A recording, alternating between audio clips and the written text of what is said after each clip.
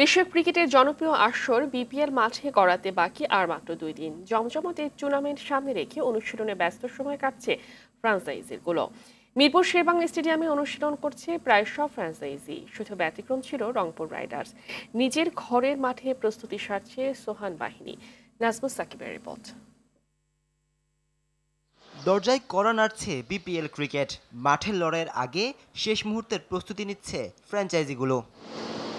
মিরপুর শেরেবাংলা স্টেডিয়ামের একাডেমি মাঠে সকালে অনুশীলন সারে সিলেট স্ট্রাইকার্স। তবে অনুশীলনে ছিলেন না দলের তারকা ক্রিকেটার মাশরাফি বিন মুর্তজা। আওয়ামী লীগ সরকারের সংসদ সদস্য হিসেবে বৈষম্য বিরোধী ছাত্র আন্দোলনে নীরব থাকায় সমালোচনার মুখে পড়েন নড়াইল এক্সপ্রেস। তাই এবারের আসরে তার থাকা নিয়ে রয়েছে শঙ্কা।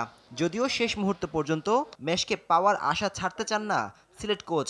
আমাদের স্কোয়াডে এখনো আছে, কারণ এই টিমের ওতপ্রোত অংশ হচ্ছে মাশরাফি। ও যদি খেলার মোট পর্যায়ে থাকে বা সিচুয়েশন যদি ভালো থাকে তাহলে তো অবশ্যই খেলবে। এরপর একই ভেন্যুতে অনুশীলন করেছে ডিফেন্ডিং চ্যাম্পিয়ন ফরচুন বরিশাল, যেখানে সবার নজর ছিল পাকিস্তানি পেসার শাহিন শাহ আফ্রিদির ওপর। তামিমের ডাকে সাড়া দিয়ে বিপিএল মাতাতে এসেছেন এই পেসার। অনুশীলন শেষে সাংবাদিকদের জানালেন এমন কথাই। তামিম ভাই আমাকে এই দলে খেলার জন্য কল দিয়েছিল। বাংলাদেশের মানুষ এবং তাদের ক্রিকেটকে ভালোবাসি। আশা করি আমি ভালো পারফর্ম করতে পারবো। এছাড়াও মিরপুর একাডেমিতে অনুশীলন করেছে ঢাকা ক্যাপিটাল ও দুর্বার রাজশাহী। শুধু ব্যতিক্রম ছিল রংপুর রাইডার্স।